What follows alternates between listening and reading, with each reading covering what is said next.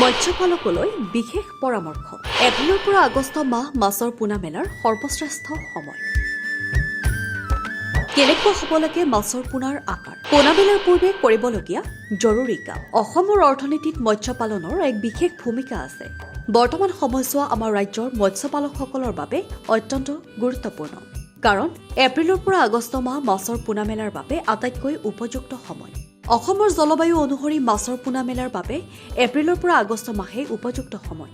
এই সময়ছোৱাত পানীৰ উষ্ণতা মাছৰ বৃদ্ধিৰ বাবে অনুকূল হৈ থকাৰ লগতে বৰ্ষাৰ নতুন পানীয়ে মাছৰ শৰীৰ গঠনত সহায় কৰে। তদুপৰি এই সময়ত পুখুৰীত মাছৰ প্ৰাকৃতিক খাদ্য প্লাংটন প্ৰচুৰ পৰিমাণে উৎপন্ন হয়।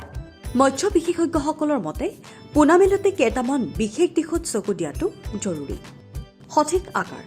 অধিক লাভৰ বাবে 4 পৰা 6 ইঞ্চি আকাৰৰ আঙুলি সদৃশ পোনা মেলাটো লাভজনক। অতি সৰু পোনা মেলিলে মৃত্যুৰ হাৰ বৃদ্ধি পোৱাৰ সম্ভাৱনা থাকে। পোনা শোধন। পুখুৰীত পোনা মেলাৰ পূৰ্বে পোনাবোৰ পটেছিয়াম পাৰমাংগেনেট মিশ্ৰিত পানীত ধুই ল'ব লাগে। ই মাছক বিভিন্ন বেমাৰৰ পৰা সুৰক্ষা দিয়ে। সময়ৰ নিৰ্বাচন। দিনৰ প্ৰখৰ ৰ'দত কেতিয়াও মাছৰ পোনা মেলিব নালাগে।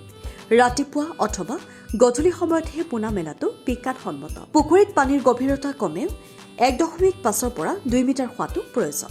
অধিক তথ্যৰ বাবে অভিজ্ঞ মীনপালকৰ পৰা পৰামৰ্শ ল'বলৈ নাপাহৰিব। নিউজ এক্সট্ৰা ৰিপৰ্ট অংকুৰিত।